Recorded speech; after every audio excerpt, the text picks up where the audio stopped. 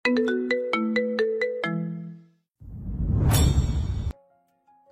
ভাই। তারপর গান ধরল। বড় শীত শীত লাগে আমার, একা থাকা যায় না। আমার কাছে আগুন আছে, পাশে আয় না। নুহা সব শুনছিল, গানের ইঙ্গিত বুঝে চোখ পাকিয়ে তাকালো। এতে ওদের বিশেষ কিছু যায় এলে তো। উল্টে আরমান বুকে হাত দিয়ে সুর করলো। ওরম তাকিও না, আমি ক্যাবলা হয়ে যাই। নুহা আশ্চর্য বনে গেল, কি সাংঘাতিক লেভেলের অসভ্য এগুলো। আরমানের গান শুনে মুশফিক মিরাজ সশব্দে হেসে ওঠে, কিন্তু নাহিদের এসব কোনো কালেই পছন্দ নয়। সে চাপা কণ্ঠে বলল, এরকম করছিস কেন তোরা? মেয়ে দেখলি তোদের ফাজলামো শুরু।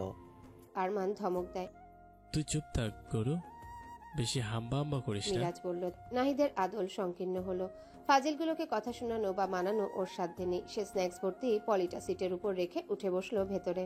তবে চেহারায় বিরক্তির স্পষ্ট চিহ্ন। মাঝে মধ্যে এই ব্যাপার নিয়ে তীব্রর উপরে বেজায় রাগ হয়। সে নিজে মেয়েঘটিত বিষয়ে জড়ায় না ভালো কথা, কিন্তু সাঙ্গপাঙ্গদেরও তো নিষেধ করতে পারে। ও চোখের সামনে মিরাজরা এইভাবে মেয়েদের উত্ত্যক্ত করে, অনেক সময় যা নয় তাই বলে, কিন্তু তীব্র সেসব দেখেও দেখে না। অথচ ওর এক কথাতে এসব বন্ধ হতে পারত। ওর উপর দিয়ে চলার মতো সাহস কারো নেই। তাহলে তীব্র কেন এমন নির্লিপ্ত থাকে এসবে? পুষ্পিতা শাক ভর্তি একটা ভ্যানের সামনে দাঁড়িয়ে মন দিয়ে লাউ শাকের আটি দেখছে। এর আগে তার বাজার করার অভিজ্ঞতা নেই। খর্ষিদুলি বাজার করতেন, তাই আজই প্রথম সে নিজে কিছু কিনবে। তবে রান্নাবান্নার জন্য টাটকা সবজি চেনে। তার নিবিষ্ট ধ্যান একটুও লক্ষ্য করেনি তীব্রর কেবলই পাশে এসে দাঁড়ানো। সে যখন সতেজ সবজি বাছাবাছিতে ব্যস্ত, তীব্র সরু চোখে চেয়ে। আজকের পুষ্পিতা সেদিনকার পুষ্পিতাতে যেন বিস্তর ফারাক। তীব্র অতি নৈকট্যে তার আপাদমস্তক দেখল। দুটো ক্ষুদ্র গভীর দৃষ্টি খুঁটে খুঁটে ঘুরে এলো ওর সমস্ত চেহারায়। সেদিন রাতের ভয়ার্ত নেত্রদনের চাহনি আজ বড় সাবলীল। ওই সময় আতঙ্কে জুবুথুবু মেয়েটার রাঙা ঠোঁট একটার উপর আরেকটা চেপে বসেছে। আঁকাবাঁকা ভ্রুতে গুটি কয়েক ভাঁজ। ক্ষণে ক্ষণে বৃষ্টির ফোঁটার ন্যায় টুপটুপ করে নেত্রপল্লব ফেলছে। নরম রোদের তির্যক আলোটা সরাসরি মুখের উপর পড়ায় চিকচিক করছে গায়ের রং। তীব্র সুগভীর ধ্যানের মাঝে পুষ্পিতার রিনরিনের স্বর কানে বাজে। শাক কত করে? 30 টাকা। 30 টাকা? 20 টাকা রাখা যায় না? না আপু। তীব্র টান টান শৈলপ্রান্ত গুছিয়ে এলো অমনি। অবাক হলো ভীষণ। 30 টাকা থেকে 20 টাকা, 10 টাকা দিয়ে কি হবে? অথচ এই মেয়ে এমন টান বসিয়েছে দাম শুনে যেন 3000 টাকা বলেছে। আচ্ছা 25 টাকা দিই।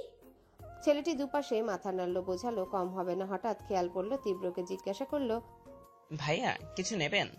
পুষ্পিতার সহজে চোখ খেয়ে ঘাড় ঘোরায়। পাশের মানুষটিকে নিতান্তই সেই কৌতূহলে। অথচ মাস্ক ক্যাপ পড়ুয়া পরিচিত লোকটিকে দেখতেই আটকে উঠল। বক্ষপট ধক করে কাঁপল গতিতে। তীব্র ছেলেটিকে জবাব দিতে চেয়েও ওর তাকানো দেখে থামলো। সেই রাতের পর এই নিভু নিভু উষ্ণ দুপুরের মধ্যে আরো একবার চোখাচোখি হলো দুজনার। পুষ্পিতার ভীত ভ্রান্ত দৃষ্টিতে পুনরায় মিশে গেল তীব্রর পূর্ণ অস্বচ্ছ দৃষ্টি। পুষ্পিতা এবার দেখেই ওকে চিনে ফেলেছে। সাথে সাথে ওর মনে পড়ে গেল মিথিলার বিয়ের রাতটা, তারপর ওই জঘন্য সকাল। তার ঠোঁট ফুঁড়ে আপনা আপনি বেরিয়ে এলো কিছু শব্দ, কণ্ঠে ভূমিকম্প। বিট্টু মাস্তুন। তীব্র অবাক হলো না।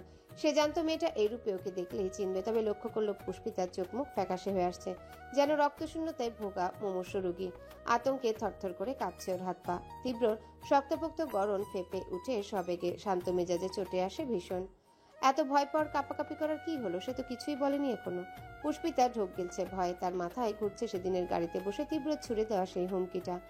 ভুল করে এনেছিলাম বলে নিজে পৌঁছে দিচ্ছি।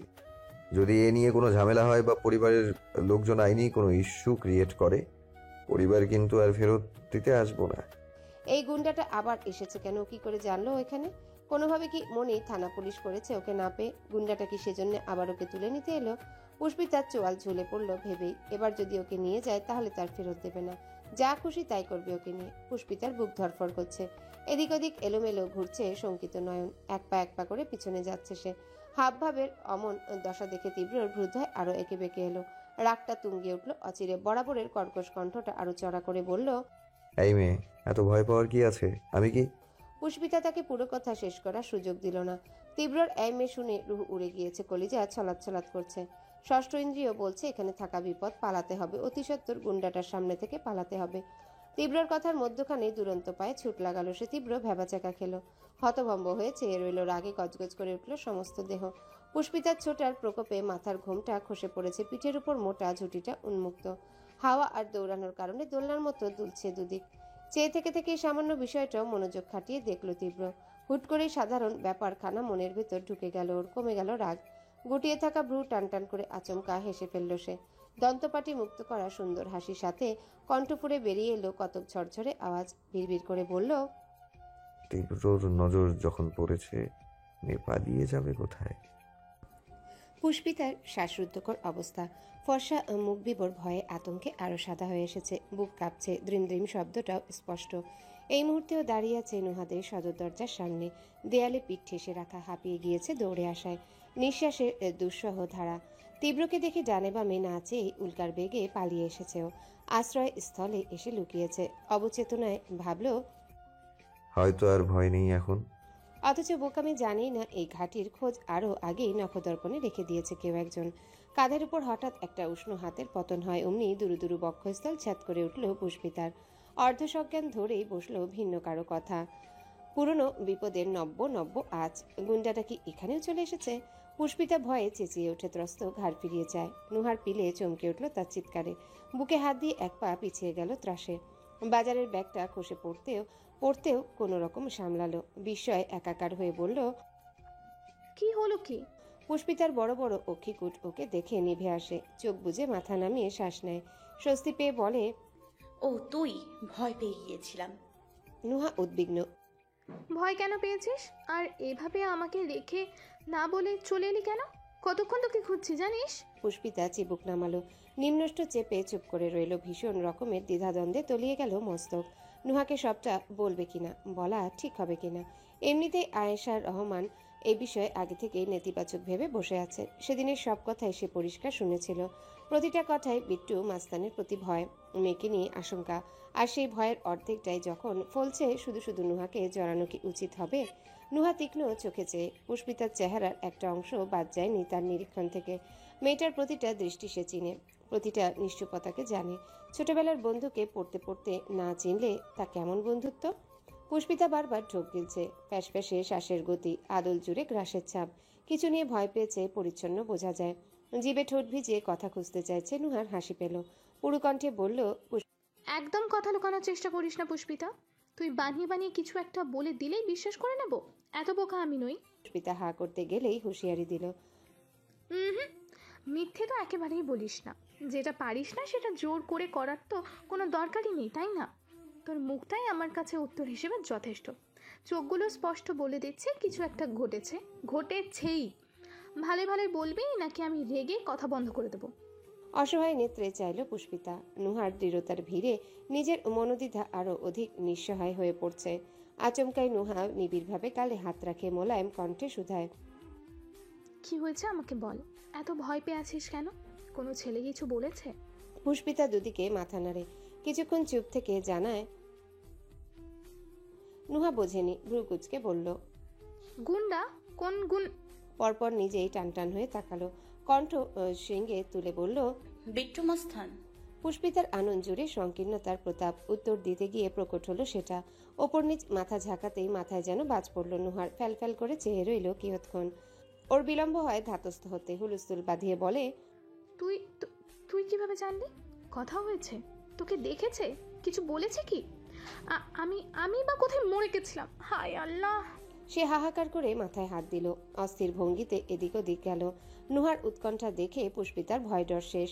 দীঘল পল্লব ঝাপটে বোকা বোকা নজরে চেয়ে রইল ওর দিকে। নুহা বাজারের ব্যাগটা কেমন অশান্তভাবে দাঁড় করিয়ে রাখে। ওড়না দিয়ে মুখে বাতাস করতে করতে পায়চারি শুরু করে। তার অবস্থা দেখে পুষ্পিতা দীর্ঘশ্বাস ফেলে মাথা নাড়ালো দুদিকে। নুহা ওর মতো নয়, ধীর স্থির ভীতু, বোকাশোকা, বরং চালাক, স্পষ্টবাদী, যা বলে গুছিয়ে। সে মেয়ে এত ভয় পেয়ে গেল। পুষ্পিতার আরেকবার মনে হলো বিট্টু আসলেই যে সে মাস্তান নয়। না হলে যে নুহা কোনোদিনও তাকে দেখেনি, সেও এত ঘাবড়ে যাবে কেন? আর অমন ভয়ানক এক লোকের খপ্পর থেকে সে একবার অক্ষতভাবে ফিরেছে। নির্ঘাত ওই দিন আল্লাহর অশেষ রহমতের সাথে সাথে ওর চৈতন্য জেগেছিল।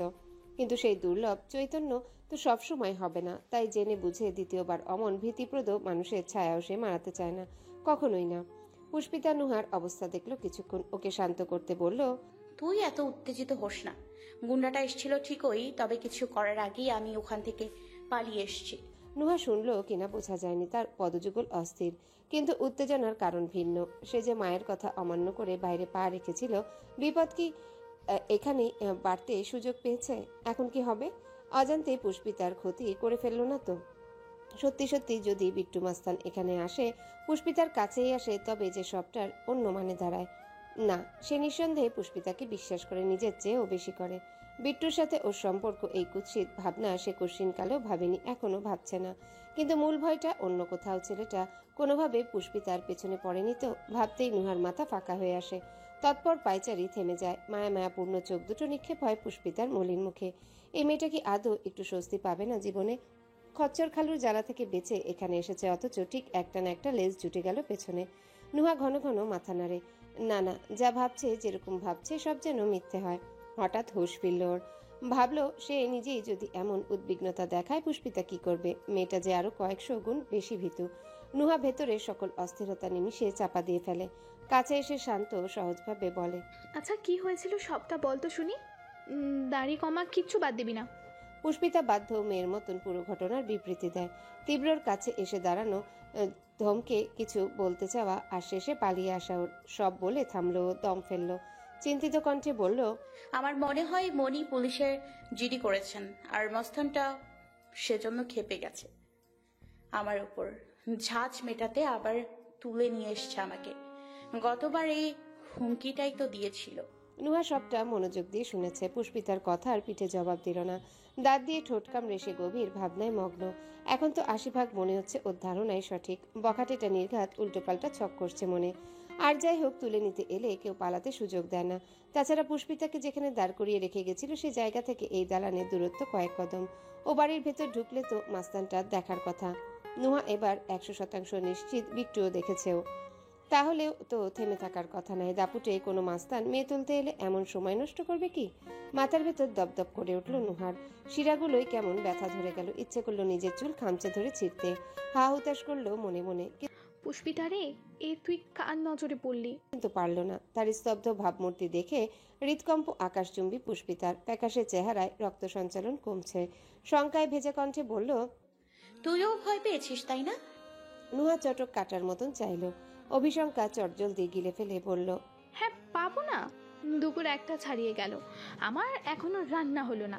ওদিকে বুয়াকেও পাকামি করে কিছু রাখতে দেয়নি। আম্মুর আজ হাফ ডে, ফিরে খাবে কি? ভ্যাবাচাকা খেয়ে গেল পুষ্পিতা। হতভম্ব হয়ে বলল, রান্না? এখানে রান্না এলো কোথা থেকে? কোত্থেকে মানে? তোকে বলিনি আজ দুপুরে আমি ইটালিয়ান ডিশ রান্না করব? আম্মু ফিরে যদি দেখে আমি কিছুই করিনি, তবে তো খুব রেগে যাবে। আমি এমনিতেই ওনাকে ভয় পাই, আম্মুর বকাকে তো আরও ভয় পায়। তাই ভাবছিলাম কি থেকে কি করা যায়। পুষ্পিতা বিহবলিত আওড়ালো। তুই এতক্ষণ এই নিয়ে ভাবছিলি? নুহা কপাল গোটায়। হ্যাঁ, তো আর কি নিয়ে ভাববো? আমি এত সময় যা যা বললাম সেসব? নুহা নিরুদ্বেগের নাটক করে বলল, ওসব কি ভয় পাওয়ার মতন কথা? ভয় পাওয়ার মতন কথা না। নুহা কাঁধ উঁচিয়ে বলল, মোটেই না। পৃথিবীতে এর চেয়েও অনেক ইন্টারেস্টিং বিষয় আছে ভয় পাওয়ার জন্য। মনে কর তুই চাইলেই আমি লিপস্টিক আর কাজল মেখে আলিফ লাইলার ভূত সেজে তোর রুমে ঢুকলাম, আর তুই চেঁচাতে গিয়ে টের পেলি তোর গলার লিগামেন্ট ছিঁড়ে গেছে। কিংবা রাতে তুই ওয়াশরুমে গেলি আর আমি লাইট বন্ধ করে বাইরে থেকে দরজা আটকে দিলাম, তুই অন্ধকারে হার্ট অ্যাটাক করে ফেললি। এইসব হচ্ছে আসল ভয়। কিন্তু এই ব্যাপারে তুই সম্পূর্ণ সুস্থ। অ্যাটাক ফ্যাটাক কিছুই হয়নি। এখানেই প্রমাণিত এই ইস্যুটা আদৌ ভয় পাওয়ার কোনো যোগ্যতাই রাখে না। পুষ্পিতা হতবুদ্ধি হয়ে শুনে গেল। এক একটা লজিকে মাথা ঘুরছে ওর। একটা সিরিয়াস বিষয় নিয়ে নুহার প্রতিক্রিয়া এরকম মুখ কালো করে বলল, তুই বুঝতে পারছিস না ব্যাপারটা। ওই গুন্ডাটা কত সাংঘাতিক আমি জানি। সে যত সহজে জবাই করবে বলে দেয়, তত সহজে তো আমি জবাই কথাটা খাতাতেও লিখতে পারি না। আরে পাগল, তুই বেশি বেশি ভাবছিস। হতে পারে ও এমনি এসেছিল। ওরা তো এখানে প্রায়ই আসে শুনেছি। এলাকার লোকজনদের মুখে মুখে এদের নাম। আর হয়তো এখানে এসে সে তোকে দেখে হালচাল জিজ্ঞেস করতে গিয়েছে। বকাটে হলে কি হবে, ভেতর ভেতর এটা সমাজসেবক হয়। পুষ্পিতা নাক চোখ কুচকে বলল, তোর মাথাটা গেছে নুহা। ছাড়ে সব, ভাগ্যে যা আছে হবে। চল ভেতরে চল। আহা, তুই অহেতুক এত ভাবছিস রে। আচ্ছা বেশ, মেনে নিলাম ও তোকে তুলে নিতেই এসেছিল। এখন নিয়ে তো যায়নি, আর যেতেও পারবে না, কারণ আমরা তো পরশুদিন ঢাকা থেকে চলে যাব। তখন ও তোকে খুঁজে পাবে কি করে? তার আধিপত্য ঢাকার মূল শহরে, ওরকম প্রত্যন্ত জায়গায় না। সবচেয়ে বড় কথা, বকাটেদের কত কাজ জানিস? চাঁদাবাজি করা, মারপিট করা, মেয়ে দেখলে পেছনে লাগা, এত কিছু রেখে সে নিশ্চয়ই তোকে তুলে আনতে গাজীপুর যাবে না? নুহা হড়বড়ে ভঙ্গিতে বলে থামলো। একটা সুবিশাল শ্বাস টানলো। ঠোঁটে ঝোলালো মেকি নিশ্চিত হাসির সাইনবোর্ড। পুষ্পিতা ভাবনায় পড়েছে। খুব মন দিয়ে ভাবার পর আবিষ্কার করলো সব কথা ঠিক। এখান থেকে চলে গেলে তো আর কোনো সমস্যাই থাকলো না। তৎক্ষণাৎ নিভু দৃষ্টিযুগল তার চকচকিয়ে উঠে মৃদু হেসে বলে, তাই তো, আচ্ছা ঠিক আছে। কিন্তু হাসিটার দিকে মমতা নিয়ে চেয়ে রইল নুহা। চাহনিতে তার এক পৃথিবী দুঃখ। খুব করে প্রার্থনা করলো তার অনুমান ভুল হোক। ওরকম একটা মাস্তান পেছনে পড়লে পুষ্পিতার জীবন শেষ হতে আর কাউকে দরকার হবে না। কিছুদিন কেটেছে। নৈসর্গে তখন পুরোদস্তুর জ্যৈষ্ঠের হুড়োহুড়ি। সূর্য মেতেছে উগ্রতায়। প্রচণ্ড খরতাপেও আগুনরূপী সৌন্দর্যে তার দারুণ গরম। জ্বলন্ত রঙে জ্বলছে পৃথিবী। সেদিন হঠাৎ করে নুহাদের বিল্ডিংয়ের সামনে হাজির হলো শাফিন। তীব্র ন্যায় মুখ ঢেকে নয়, তার নিজস্ব সাবলীল রূপে। সে গেটের কাছে এসে দাঁড়ায়। একযোগে চেয়ে রইল তিনতলার বারান্দার দিকে। যেই বাসাটা সেদিন তীব্র দেখিয়েছে ওদের, ওখানেই তো পুষ্পিতা থাকে। বারান্দার দরজা বন্ধ, জানালার কাজগুলো টানা। ভেতরের কোনো কিছুই ভালো করে বোঝার উপায় নেই। শাফিন ক্রমাগত উকিঝুঁকি মারছে, ঘাড় ঘুরছে দিক বিদিক। পেছন থেকে ওকে দেখে দারোয়ান ছুটে এলেন। খ্যাক করে বললেন, এই ছেলে, এখানে কি চাই? শাফিন ফিরে চাইলো, বিরক্ত হয়ে বলল। কি হয়েছে? ঘাবড়ে গেলেন তিনি। তারপর সালাম ঠুকে বললেন, ভাই আপনি? একদম বুঝতে পারিনি, মাফ করবেন ভাই। সে কিছু বলেনি, কিন্তু বারবার তাকাচ্ছে তিনতলার দিকে। দারোয়ান লক্ষ্য করলেন, রয়ে শয়ে শুধালেন, এ ভাই কি বাসা খুঁজছেন? বাসা ভাড়া নেবেন নাকি? না মানে এ ভাই সবগুলো ফ্ল্যাট সুন্দর তো তাই বললাম। আবার 3 তলা খালিও আছে এখন। শশব্যস্ত তাকালো। 3 তলা খালি হয়েছে কেন? ওখানে না লোক থাকে? জি থাকতো, কিন্তু কদিন হলো বাসা ছেড়ে চলে গিয়েছে। শাফিন চমকে তাকায়, ধৈর্যহীন আওড়ায়। চলে গিয়েছে? কোথায় গিয়েছে? তা জানি না, তবে শহরের বাইরে। যে মহিলা বাসা নিয়ে থাকতেন ওনার ব্যাংক ট্রান্সফার হয়েছে সেখানে। এই তো পরশুদিনে সব গোছগাছ করে শিফট হয়ে গেল। শাফিনের মুখে মেঘ ছড়ালো, কুচকুচে কালো রং ছেয়ে গেল আনাচে কানাচে। ব্যথিত দৃষ্টিযুগলে আরেকবার দেখে নিল বারান্দাটা। ছোট করে বলল, ও ঘরের সামনে আসতেই ভকভকে সিগারেটের গন্ধে গা গুলিয়ে উঠল লুৎফার। তৎপর শাড়ির আঁচল চেপে ধরলেন নাকে। দীর্ঘ ও পায়ে গিয়ে চাপানো দৌড় ঠেললেন দুহাতে। কি রে বিট্টু, বলতে বলতে মেঝের দিকে চোখ পড়ল। সহসা আটকে উঠলেন তিনি। বিছানার কাজ ঘেঁষে ফ্লোরের সবটুকু স্থানে আধা পোড়া সিগারেট, এদিক সেদিক ছড়ানো ছেটানো ছাই। অ্যাস্ট্রে ভর্তি হয়ে উল্টে পড়ে আছে পাশে। লুৎফা আর্তনাদ করে বললেন, এ কি ঘরের কি অবস্থা করেছিস? মায়ের নিনাদ তীব্রর কানে গেল না বোধহয়। আধা শোয়া থেকে এক ফোঁটা নড়ল চলল না, একবার তাকালো না পর্যন্ত। মুখাভাবে অগোছালো চিহ্ন। গায়ের স্যান্ডো গেঞ্জি থেকে পেশিবহুল হাত সদর্পে বেরিয়ে আছে। সোনালি চুল বড় দ্বিধা নিয়ে দাঁড়িয়ে। শান্ত লাল চক্ষু কোটরে অন্যরকম উদাসীনতা। লুৎফা চটজলদি ভেতরে ঢুকলেন। সারা ঘরে চোখ বুলিয়ে হতাশ শ্বাস ফেললেন। পরপর উঁচু কণ্ঠে হাত ছুড়লেন কাজের মেয়েটিকে। মেয়েটা সেকেন্ডে ছুটে আসে। ধোয়ার গন্ধে শ্বাস আটকে আসে তারও। লুৎফা নাক মুখ চেপে রেখেই বললেন, তাড়াতাড়ি করে ঘরটা পরিষ্কার করে দে তো। মেয়েটা ঘাড় হেলায়। যেতে নিলে তীব্র মুখ খুলল। এবার আটকে দিয়ে বলল, না, আমার এখনো খাওয়া হয়নি, শেষ হলে ডেকে নেব, তুই যা। লুৎফা হতবাক হয়ে বললেন, কি বলছিস কি? একবারে এত সিগারেট কেউ খায়? শরীরের দিকে একটু তাকাবি তো। সময় নেই, আপাতত খুব চিন্তায় আছি। লুৎফা উদ্গ্রীব হয়ে বললেন, কিরকম চিন্তা? সেই ক্লাস 9 থেকে সিগারেট ধরেছিস, এখন খাচ্ছিস একেবারে নেশাখোরের মতো। হৃদয়টাকে ছাই না বানিয়ে ছাড়বি না, তাই না? একবারও ভাবছিস না যে তোর কিছু হলে মায়ের কি হবে?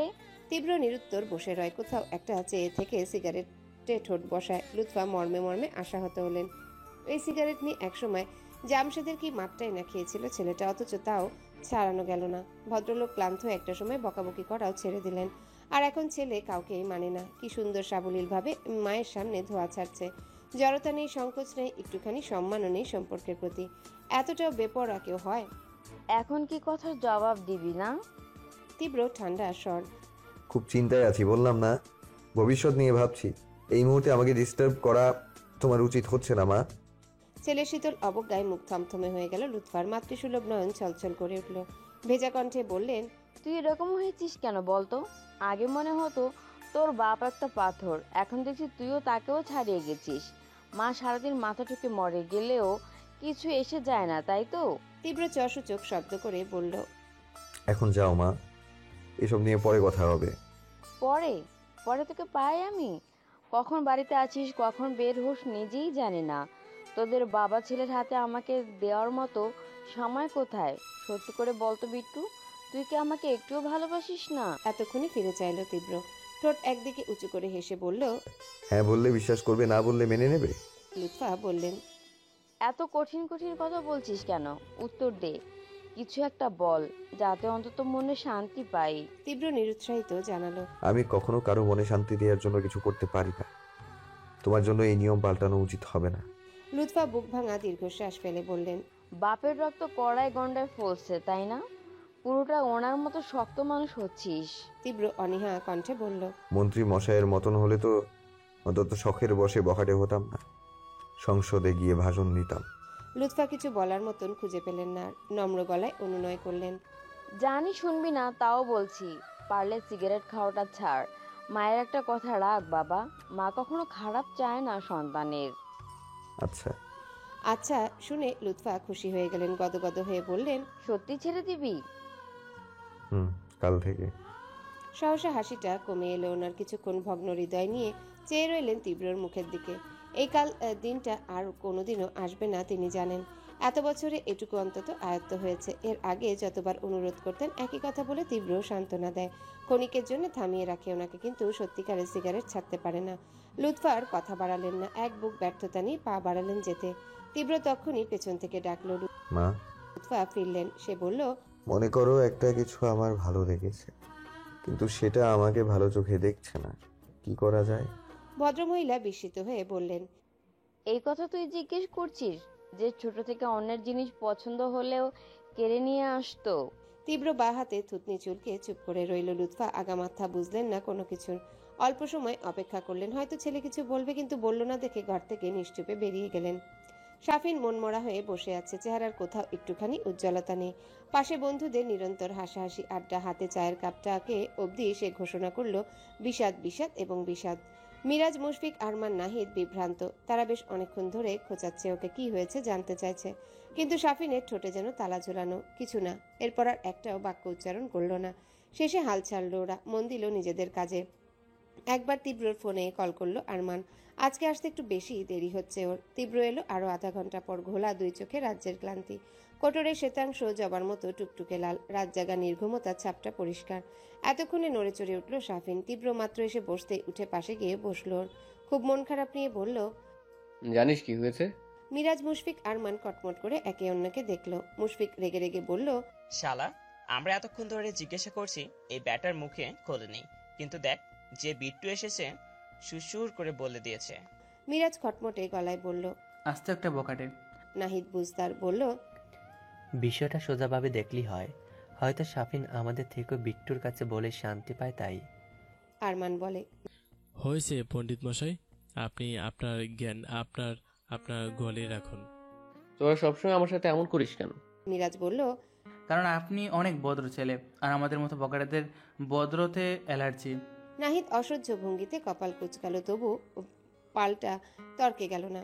তীব্র চাইল ওর দিকে, মুখের করুণ দশা দেখে কপালে ভাঁজ ফেলে বলল, কি হয়েছে?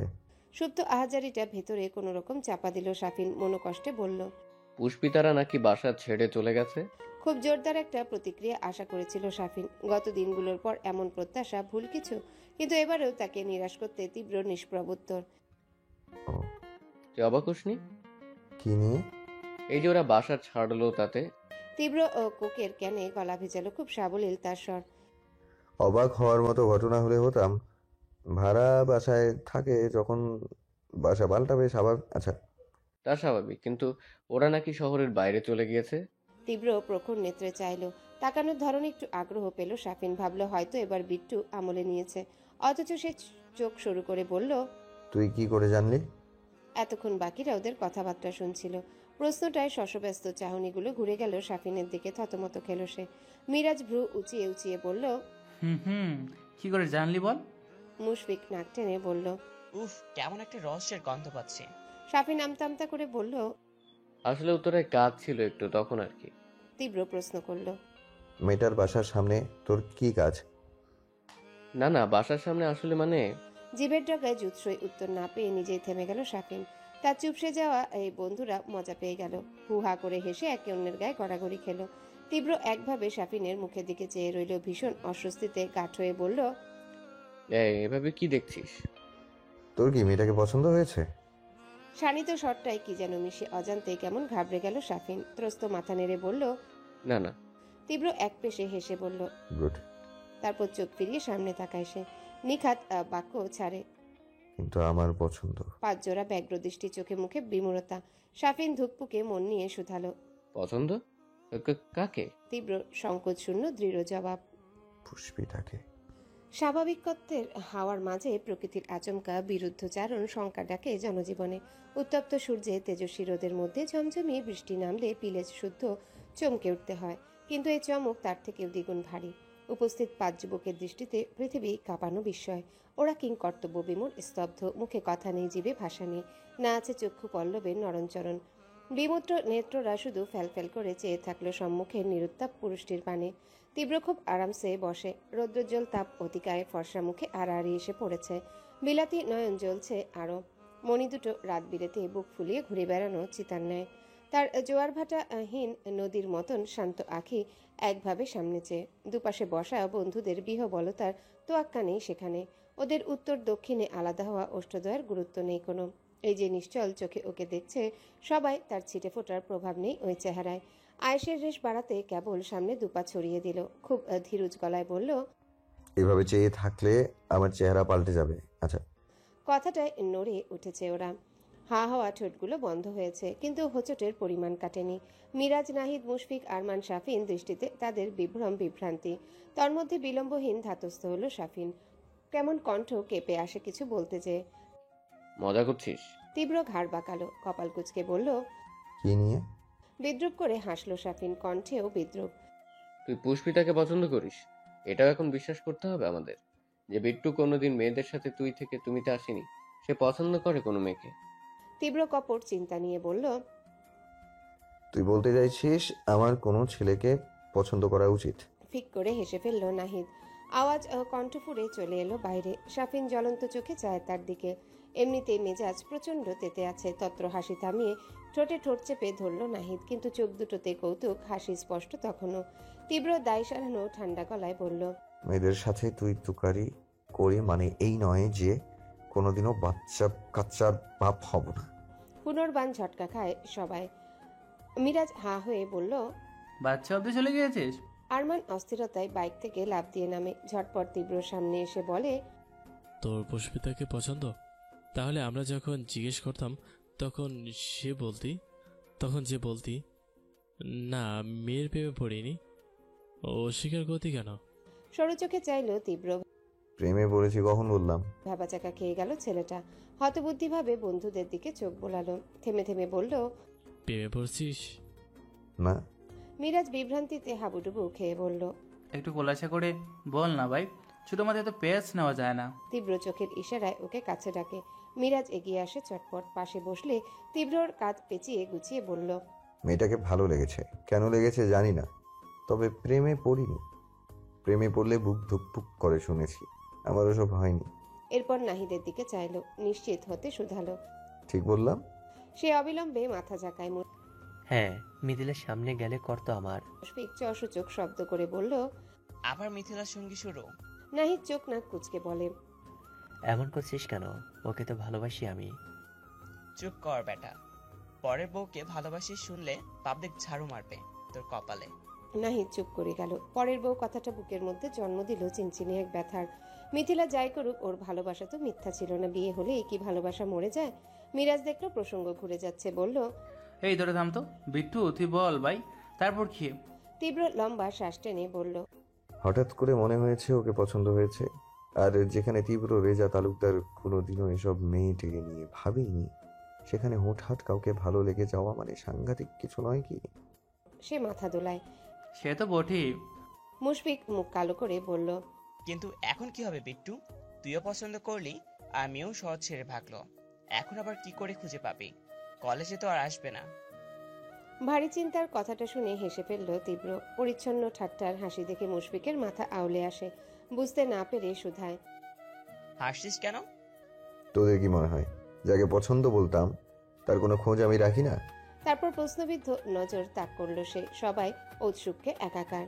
তীব্র তেজি কণ্ঠে জানালো, ওরা গাজীপুর যাওয়ার জন্য যেদিন মাটিতে পা রেখেছে খবর সবার আগে আমি পেয়েছি। এতক্ষণ চুপচাপ সব শুনছিল সাফিন বিস্মিত নজরে চাইল এবার। স্তম্ভিত বাকিরা আর্তনাদ করে বলল, কি? সাফিন অধীর গলায় আওড়ালো। তুই আগেই জানতি এ কথা? তীব্র প্রতাপী আওয়াজ। জানতাম।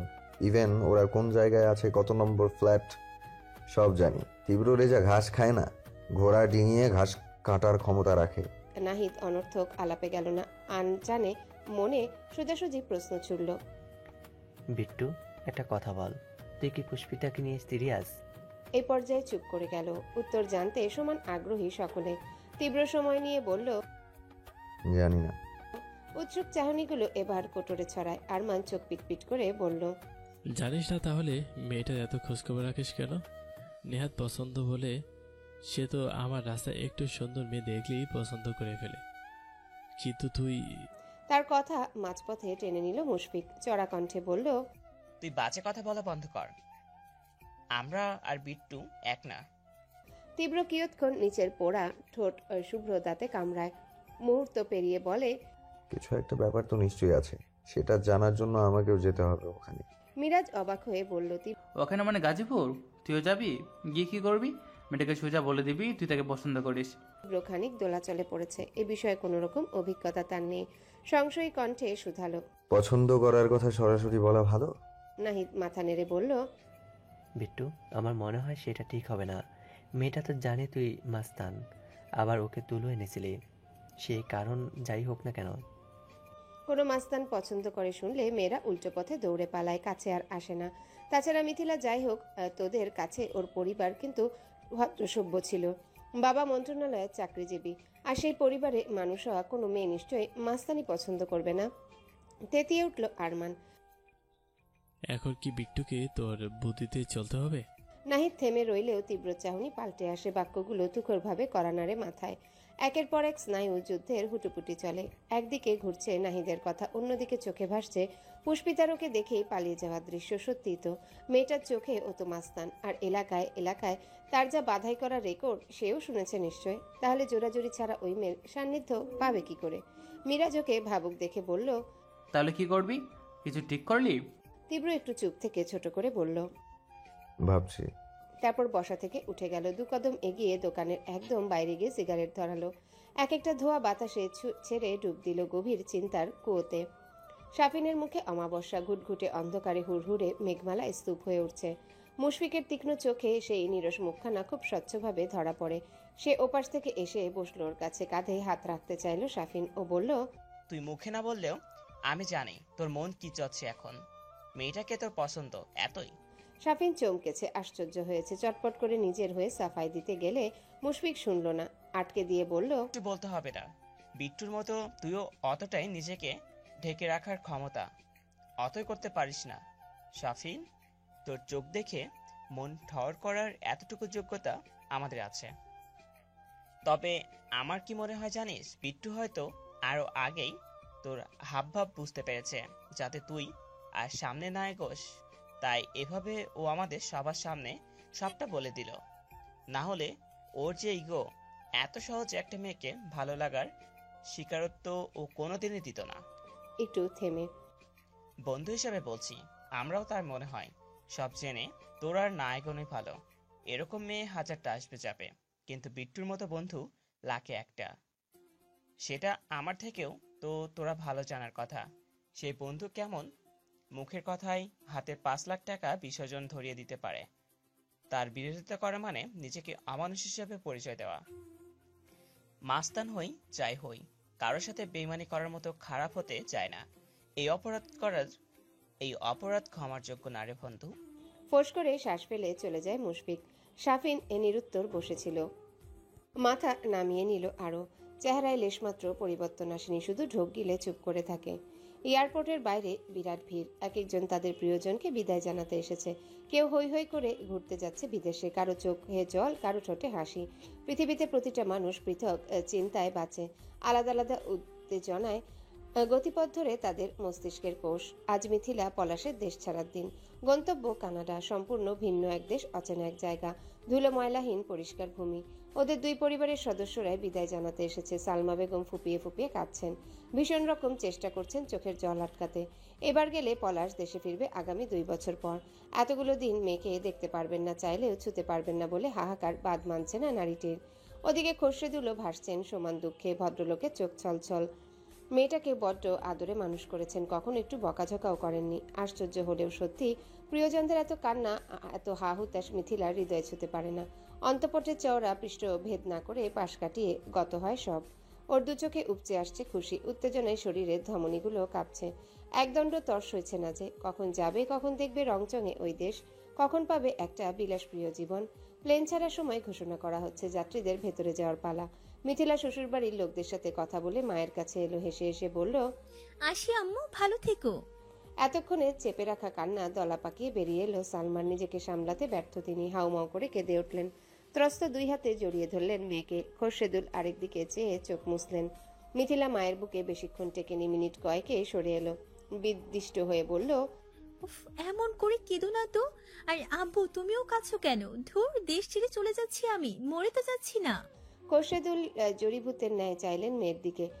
বুকে আগলে বড় করা মেয়েটা বাবা মায়ের কান্নায় বিরক্ত হচ্ছে।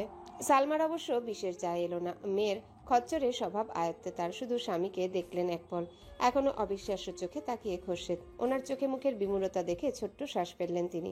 একমাত্র এসবে মন নেই রাহাতের। সে নিরুৎসাহিত বোনের যাওয়া নিয়ে, বরং স্ফূর্ত মন মেজাজে বিদায় দিতে এসেছে। একটা 3/4 প্যান্টের উপর মোটু পাতলুর কার্টুন আঁকা টি শার্ট পরে দাঁড়িয়ে মায়ের পাশে।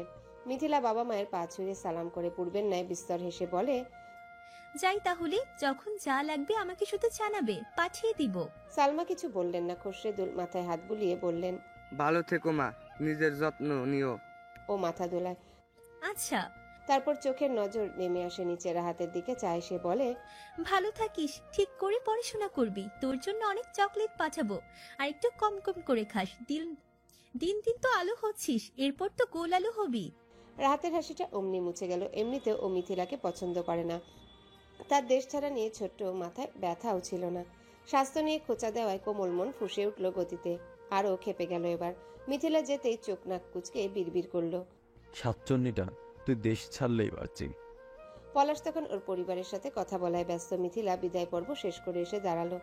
স্ফীত মুখ বিবরে হৃষ্টচিত্তে বলল, চলো। কথা থামিয়ে চাইল পলাশ। মিথিলাকে দেখলো পূর্ণ পূর্ণ চোখে। মেয়ের খুশি ধরছে না। উল্লাসিত বদন। পলাশ শ্বাস ফেলে একপাশে ঠোঁট উঁচু করে হাসে, যেই হাসির পরতে পরতে হয়তো বা নতুন কোনো কিছুর আভাস। গাজীপুরে কদম ফেলার সপ্তাহখানেক ফুরিয়েছে পুষ্পিতার। আজ ওদের অনার্সে ভর্তি হওয়ার দিন। আয়েশা খাতুনের ছুটি নেই, সাথে যেতে পারবে না। তার ওপর নতুন অফিস, কামাই করা অসম্ভব। তবে সকল বন্দোবস্ত সেরে রেখেছেন আগে। নুহাদের এই বাসাটা ছোটখাটো, ড্রয়িং ডাইনিং এর আলাদা জায়গা নেই, দুটো একত্রে যোগ করে তৈরি। তবে গাজীপুরের এই এলাকায় এই বিল্ডিং এ সবচেয়ে বেশি ভাড়া। আজকের সকাল বিষণ্ণ ভীষণ। নুহা খাবার টেবিলের ওখানটায় মনমরা হয়ে বসে। কাল রাত থেকে তার ঠোঁটের হাসি গায়েব। তার পেছনে দেয়ালে সেটে এক কোনায় দাঁড়িয়ে পুষ্পিতা। চোখে মুখের অবস্থা ভালো নয়। একটু পরপর ব্যাকুল ভাবে দেখছে নুহাকে। আয়েশা অফিসের জন্য একেবারে তৈরি হয়ে বসার ঘরে এলেন। দুই দিকে দাঁড়ানো দুজনকে একবার করে দেখে মেয়ের কাছে গিয়ে দাঁড়ালেন। ওর সামনে সাদা খাম বাড়িয়ে বললেন, তোমার ভর্তির টাকাটা। নুহা নড়ল না, একবার চেয়েও দেখল না সেদিকে। যেমন ছিল বসে রইল অমন। দীর্ঘশ্বাস ফেললেন আয়েশা। মেয়েটা সেই রাত থেকে মুখ কালো করে আছে। রেগে মেগে খায়নি, কথাও বলছে না। তার এই অদম্য তেজের কারণ খুব সাধারণ হলেও নুহার নিকট তার বিরাট কিছু। পুষ্পিতা আর তার ভার্সিটি আলাদা হবে এটা কিছুতেই মেনে নিতে পারছে না। সেই স্কুল লাইফ থেকে দুজন একসাথে বসেছেও একই বেঞ্চে, তাহলে এখন দুজন আর দুপ্রান্তে ভার্সিটি হলে মানা সম্ভব? পুষ্পিতা খুব সস্তা একটা ন্যাশনালে ভর্তি হওয়ার সিদ্ধান্ত নিয়েছে, যেখানে খরচ অতি সামান্য। ওর এই সিদ্ধান্তের কারণ যাতে একটা টিউশনি দিয়ে হলেও নিজের পড়ার খরচটুকু চালাতে পারে। আর ওখানকার পড়াশোনার অবস্থা একেবারেই সচ্ছল নয়। ভালো প্রফেসর, লেকচার আর কিছুই নেই। সব রকম খোঁজে আয়েশা দিয়ে নিয়েছেন। জেনে শুনে নিজের মেয়েকে ওখানে পড়ানোর মতো ভুল কোনো মা করে? তিনি জানেন পুষ্পিতা একরকম বাধ্য হয়ে ওখানে ভর্তি হচ্ছে, কিন্তু নুহার সেই বাধ্যবাধকতা নেই। আর যাই হোক, ওকে অন্তত একটা নামি দামি ভার্সিটিতে পড়াতে চান আয়েশা। পড়াশোনার যে কত গুরুত্ব সেটা নিজেকে দিয়ে হাড়ে হাড়ে টের পাচ্ছেন নারীটি। আজ যদি গণ্ডমূর্খ হতেন, স্বামী মারা যাওয়ার পর এর ওর ঘাড়ে বোঝা হতে হতো, সাথে নানা রকম মুক্ত কটুবাক্য। কিন্তু না, আজকে কেবলমাত্র চাকরিটার জন্য মাথা উঁচু করে বাঁচতে পারছেন তিনি। আত্মীয় স্বজন প্রথম প্রথম বাঁকা কথা শোনালেও এখন যেন গলে গলে পড়ে। মেয়ের নিরুত্তর ভাবমূর্তি দেখে আয়েশা চুপচাপ খামটা টেবিলের উপর রেখে দিলেন। রাগঢাক নিয়ে টু শব্দ করলেন না। মেয়ে অবোধের মতো কিছু বললেও সায় দিতে হবে। দুনিয়ায় তার সব জেদ মেনে নিলেও এই লেখাপড়া নিয়ে কোনো রকম আধিক্যতা দেখাতে পারবেন না তিনি। পুষ্পিতার শুকনো আদল ভীষণ রকম কষ্টে দাপাচ্ছে বুক। নুহার ভার্সিটি আলাদা হবে ভাবলেও কান্না পেয়ে যাচ্ছে। অথচ সেই কলেজে বসে দুজনের কত শত পরিকল্পনা, ভার্সিটিতে এই করবে সেই করবে। জীবনের ওই একটা ঘটনা আজ কোথায় নিয়ে যাচ্ছে ওকে। পুষ্পিতার বক্ষ ফুঁড়ে দীর্ঘশ্বাস আসে, ব্যর্থতায় মোড়ানো সেই দীর্ঘশ্বাসের প্রতিটা লিপি। তার উপর নতুন জায়গা, সবকিছু অচেনা অদেখা। ভার্সিটিতে একটা মানুষকেও তো চেনে না, কে কেমন হবে তাও জানে না। সে যে মাত্রার অন্তর্মুখী মেয়ে, কার সাথে মিশবে, কিভাবে মিশবে কিচ্ছু জানে না। আয়েশা এবার ওর কাছে এলেন। মাথা নিচু করা মেয়েটাকে দেখলেন সূক্ষ্ম নজরে। ফুলের মতো মেদুর মুখমণ্ডলটা দেখলেই প্রখর মায়া ভেতরটা উতলে আসে ওনার। এই যে দুই বান্ধবী আলাদা হয়ে যাচ্ছে, এটা কি চান তিনি? চাইতে পারেন, কিন্তু সেও যে অপারগ এখানে। নুহার ভার্সিটির সেমিস্টার ফি মোটা অঙ্কের, সেখানে পুষ্পিতাকে পড়ানোর সাধ্য তার নেই। একা মানুষের বেতন দিয়ে এত কিছু সম্ভব? তার উপর নুহার বাবার লোন ছিল কিছু, যেগুলো একটু একটু করে প্রতি মাসে বয়ে যাচ্ছেন তিনি। পরাস্ত শ্বাসটা খুব সন্তর্পণে বক্ষপিঞ্জরে আগলে নিলেন আয়েশা। মাঝে মধ্যে না চাইতেও কঠোর হতে হয়। এর জ্বালা যে কত ভয়াবহ যে সম্মুখীন হয়েছে সেই জানে। আয়েশা একই রকম খাম বাড়ালেন পুষ্পিতার দিকেও, খুব নম্র কণ্ঠে জানালেন, এটা তোমার ভর্তি 4,000 টাকাই আছে। অমনি শশব্যস্ত ঘুরে চাইল নুহা, আশ্চর্য তার চাহনি। এতক্ষণের হাস্যহীন মুখটা ঝলকে উঠল সবেগে। পুষ্পিতা মুখ তুলল, কোটর ভর্তি অবিশ্বাস নিয়ে একবার খাম দেখলো, পরের বার আয়েশাকে। অনিশ্চিত তার কণ্ঠ। আমার? হ্যাঁ, এটা তোমার। তুমিও তো ভর্তি হবে আজ, সেখানে টাকা জমা করতে হবে না? বিস্ময়ে বিভোর পুষ্পিতা। গোটা বিষয়টা কল্পনারও বাইরে ছিল যে। শূন্য দৃষ্টিতে চেয়ে থাকলো কিছুক্ষণ। আয়েশা কপাল কুঁচকে বললেন, এমন করে তাকিও না, অস্বস্তি হচ্ছে। ধরো, অফিসে যাব না, সারাদিন খাম ধরে দাঁড়িয়ে থাকবো? গত রাত থেকে মায়ের উপর চড়াও হওয়া অভিমান হুড়হুড় করে উবে গেল নুহার। ফটাফট ফুটতো পায়ে ছুটে এলো সে, খুশিতে আপ্লুত কণ্ঠে বলল, আম্মু, তুমি সত্যিই ওকে ভর্তির টাকা দিচ্ছ? মেয়ের দিকে চাইলেন আয়েশা, কপালের ভাঁজ মিলিয়েছে। নুহার দু ঠোঁট ভর্তি হাসিটায় ভিমড়ি খেল নীরবে। রাত থেকে এই মেয়ে গোমরা মুখে বসেছিল, কে বলবে? দুপাশে মাথা নেড়ে বললেন, বিশ্বাস না হলে খাম খুলে দেখে নাও। নুহা বিগলিত হেসে বলল, না, না বলছে ওতেই হবে। আচ্ছা। তারপর বুক ফুলিয়ে শ্বাস ফেলল সে। চকচকে নেত্রে পুষ্পিতার দিকে চাইল। সে তো মনে মনে ভেবেই রেখেছিল ওর ভর্তির অর্থটুকু নিজের জমানো টাকা থেকে দেবে। মা আগে ভাগে দেয়ায় ভালোই হলো। পুষ্পিতা তখনও একই রকম চেয়ে বাকরুদ্ধ। সে নড়ছে না, খাম ধরছে না দেখে তারা দিলেন আয়েশা। কি দেখেছো? ধরো। পুষ্পিতা মাথা নুইয়ে নিল। এবার খুব ধীরুজ গলায় বলল, ইয়া আন্টি, কিছু মনে করবেন না, টাকাটা আমি নিতে পারবো না। ওনার আগে নুহা হড়বড়ে ভঙ্গিতে বলল, নিতে পারবি না মানে? কেন পারবি না? হাতে ব্যথা তোর? নয়তো তাহলে সমস্যা কি? টাকা না হলে ভর্তি হবি কি দিয়ে তুই? আয়েশা বললেন, থামো। তারপর পুষ্পিতাকে বললেন, তুমি কি আমার সাথে ফর্মালিটি করছো পুষ্পিতা? তা করা ভালো, কিন্তু এখন তোমার যা পরিস্থিতি তাতে ফর্মালিটির সময় এটা নয়। আর যদি ভাবো আমি তোমাকে করুণা করছি, তবে বলবো তুমি ভুল। আমি তোমাকে সাহায্য করছি মাত্র, জীবনে একটু এগিয়ে যাওয়া রাস্তা চেনাচ্ছি। কতটা এগিয়ে দিতে পারবো জানি না, তবে সর্বোচ্চ চেষ্টাটুকু করব। এর পরেও যদি নিতে অস্বস্তি লাগে তাহলে বলবো ধার না। যখন নিজের অবস্থায় ফিরবে তখন না হয় ফেরত দিয়ে দিও। পুষ্পিতা গতিতে ওনার বাড়ানো হাত মুঠোতে ধরে বলল, আমায় ভুল বুঝবেন না আন্টি, আমি আসলে বলতে চাইছিলাম আমার এখন টাকার প্রয়োজন নেই। আমার কাছে যা আছে তা দিয়ে হয়ে যাবে। নুহা তীক্ষ্ণ চোখে চেয়ে বলল, তোর কাছে টাকা আছে মানে? কোথা থেকে এলো টাকা? তুই তো সেদিন ঘর থেকে এক কাপড়ে বেরিয়ে এসেছিলি, একটা ওড়না অবধি গায়ে ছিল না, যেখানে সেখানে টাকা কি উড়ে উড়ে এলো রে? নুহা রেগে যাচ্ছে। আয়েশা ওকে শান্ত করতে বললেন, উত্তেজিত হয়েও না, ও কি বলে শুনতে দাও। ও কি বলবে? ও কেন টাকা নিচ্ছে না আমি জানি। ভাবছি আমরা দয়া কর। পুষ্পিতা মাঝপথে উদ্বেগ নিয়ে বলল, না না না, আমি তা কেন বুঝবো? তুই ভুল বুঝিস আমাকে। তাহলে টাকা কোত্থেকে পেলি? বলতে বলতে আচমকা ওর চোখ পড়ল পুষ্পিতার হাত দেখানো গলায়। তৎক্ষণাৎ কথা থামে, চিবুক শক্ত করে বলল, তোর গলার চেইন কোথায় পুষ্পিতা? পুষ্পিতা নিশ্চুপ, চিবুক গলায় নেমেছে। নুহা যা বুঝার বুঝলো। রেগে মেগে অস্থির হয়ে বলল, তুই আমাকে বেস্ট ফ্রেন্ড বলিস কেন? আমাকে এভাবে অপমান করবি সেজন্য? আমার সাহায্য নিবি না, মায়ের শেষ চিহ্ন দেওয়া চেনটাও বেঁচে আসবি, তাহলে বন্ধু ডাকিস কেন আমাকে? পুষ্পিতা ছটফট করে উঠল রাগ থামাতে, নিজের পক্ষে সাফাই দিতে, কিন্তু কি বলবে, কোত্থেকে বলবে জানে না। আয়েশা সমান তাজ্জব হয়ে বললেন, এই কাজ কখন করেছো? তুমি তো বাইরেও যেতে না, কার কাছে বিক্রি করলে? পুষ্পিতা বেশ কয়েকবার শুষ্ক ঠোঁট চিপে ভেজালো। নুহার প্রতিক্রিয়া নিয়ে আতঙ্ক লাগছে। সময় নিয়ে থেমে থেমে বলল, উত্তরায় থাকতে করেছি, আমাদের পাশের বাসার আন্টির কাছে। হাততালি দিয়ে উঠল নুহা। বাহ বাহ, খুব ভালো কাজ করেছিস, একেবারে সেরা চেইন বিক্রেতা অ্যাওয়ার্ড দেওয়ার মতন যোগ্য কাজ একটা করেছিস। তুই প্লিজ আমার কথাটা শোন। ওতেতে বলল, একদম চুপ, কিচ্ছু শুনবো না আমি। তুই আমার সাথে কোনোদিনও কথা বলবি না, আমার নামও নিবি না মুখে। পুষ্পিতা কাতর চোখে চায়, ভরে উঠে তার হরিণী নয়ন। আয়েশা বললেন, আহা নুহা, তুমি অহেতুক রেগে যাচ্ছ কিন্তু। অহেতুক রেগে যাচ্ছি? সব জেনেও এটা বলবে আম্মু? হ্যাঁ বলবো, কারণ পুষ্পিতার বিষয়টা আমি বুঝতে পেরেছি। তুমি পারছো না, অবশ্য তোমার পারার কথাও নয়। তিনি পুষ্পিতার আরেকটু কাছে গিয়ে দাঁড়ালেন। ওর দুবাহু ধরে মৃদু হেসে বললেন, খুব ছোট থেকে দেখছি তোমাকে, স্বভাবে তুমি অত্যন্ত নরম একটা মেয়ে, কাদা মাটির মতো, যাকে আঁচড়ে খামচে নিঃশেষ করা যায়।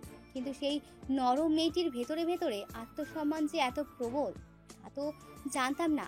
পুষ্পিতা অশ্রুসজল চোখ তোলে। নুহা হতবাক হয়ে বলল, আম্মু কিসের আত্মসম্মান? তুমিও ওকে সাই দিচ্ছ?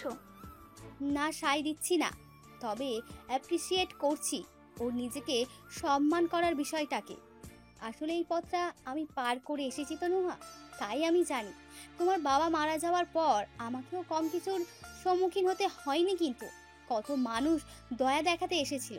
তোমার কাকারা তোমাকে লেখাপড়া করানোর জন্য নিজেদের বাসায় রাখার কথা বলেছিলেন আমার, কিন্তু আমি তাদের প্রস্তাবে রাজি হইনি, কারণ আমি চাইনি তুমি কারো দান নিয়ে বড় হও, সবার নিকট দানের প্রার্থী হয়ে মাথা নিচু করে বাঁচো। নিজে চাকরি নিয়েছি, কষ্ট হলেও তোমাকে সে দ্বারা উঁচু করে বাঁচার পথ করে দিচ্ছি। একটা কথা আমি বিশ্বাস করি জানো, নিজের টাকায় কুড়ে ঘরে থাকার যে আনন্দ, অন্যের টাকায় বিশালবহুল কামরাতেও থাকার মধ্যে তা নেই। পুষ্পিতা, আমি তোমাকে সাপোর্ট করছি, এই আত্মসম্মানটা সব সময় বজায় রেখো। তবে হ্যাঁ, চেন বিক্রি করে নয়। তুমি চাইলে আমি তোমাকে কিছু টিউশনির ব্যবস্থা করে দিতে পারি। পুষ্পিতার ব্যগ্র কণ্ঠ। সত্যি আন্টি?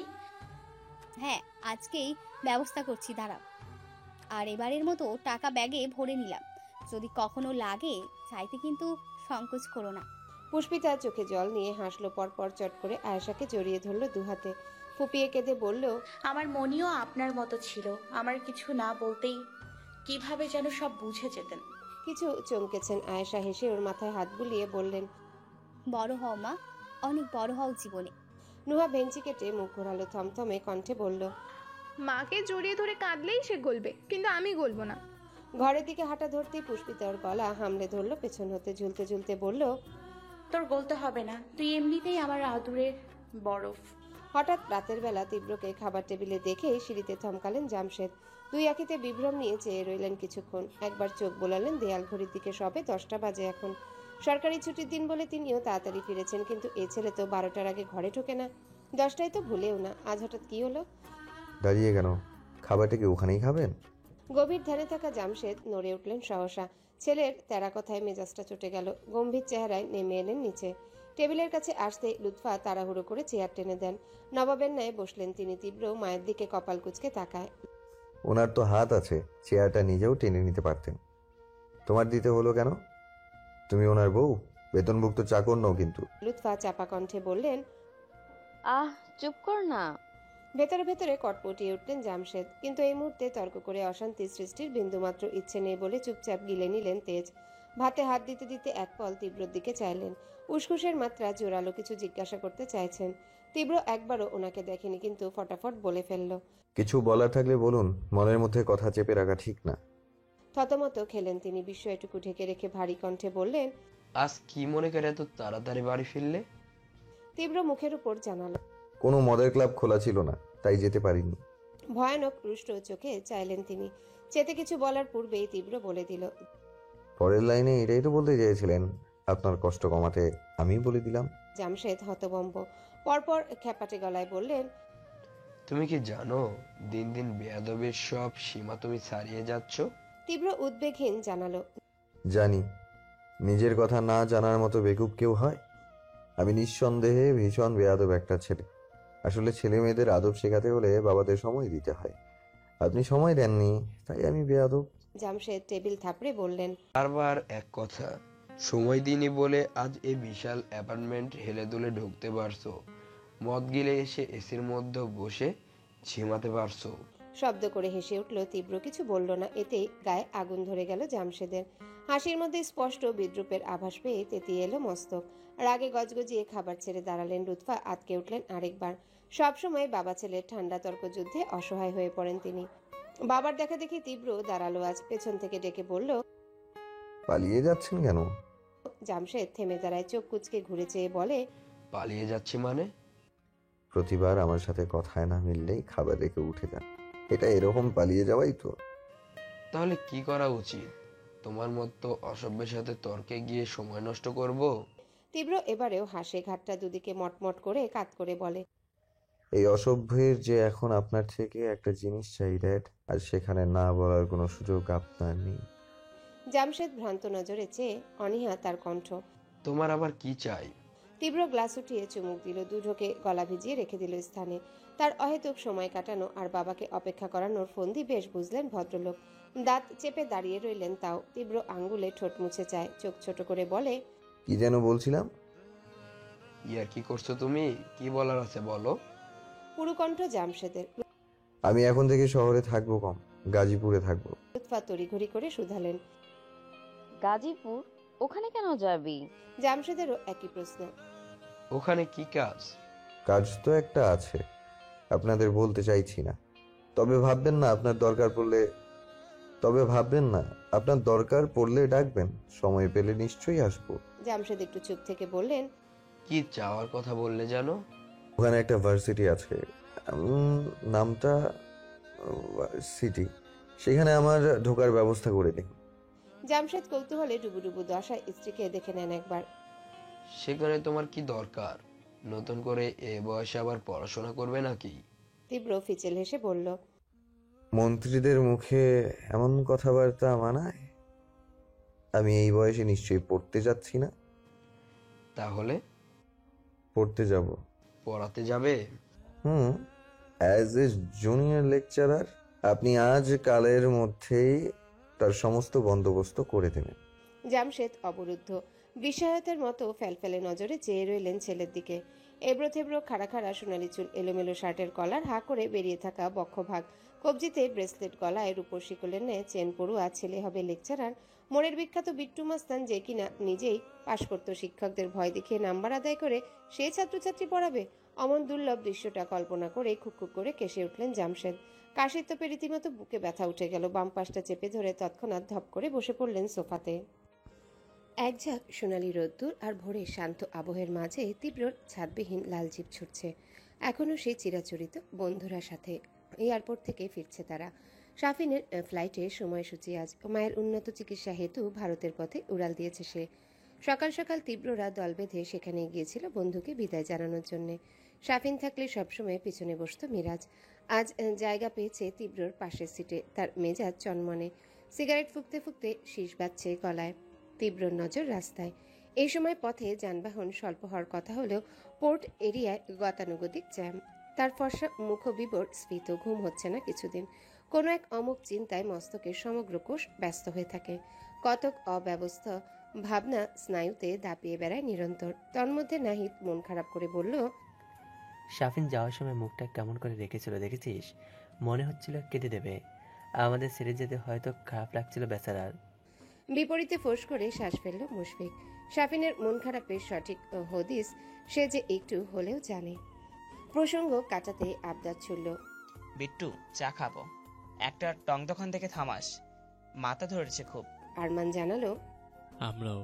মিরাজ কেমন খ্যাক করে উঠল। মাথা থাকলে ব্যথা করবেই, এর জন্য যেখানে সেখানে চা খেতে হবে? এরকম হলে বগলে ফ্লাক্স নিয়ে ঘুরবি। আপাতত বাড্ডায় কাজ আছে আমার, তাড়াতাড়ি যেতে হবে। পরপর ফোঁস করে বলল, মঞ্জু নামের এক মাল এলাকায় নতুন সেলুন বসিয়েছে, কোথা থেকে এসেছে কে জানি, বেটার কথা জানি না, তবে সাগরদের কলেজে বিশাল নান্নুকে দিয়ে এই মাসে চাঁদা আনতে পাঠিয়েছিলাম, দিল না। ও শিরনের কাজ না ভাঙ্গা অবধি আমার শান্তি হচ্ছে না বিট্টু। মুশফিক মস্তক ঝুলিয়ে বলল, ঢাকায় নতুন মনে হয়, আমাদের চেনে না, ওই জন্য ভাবিস না, বায়োডাটা পেলেই আপনা আপনি টাকা দিয়ে যাবে। তীব্র শুধালো, কত নম্বর গলিতে?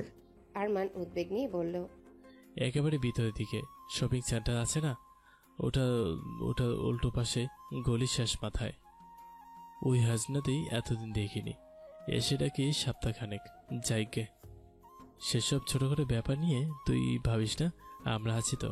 তার জবাব এলো, কাল থেকে আমি এমনিতেও বাড্ডায় থাকবো না। চকিতে চাইলো সবাই। মিরাজ হুলস্থুল বাদিয়ে বলল, থাকবি না?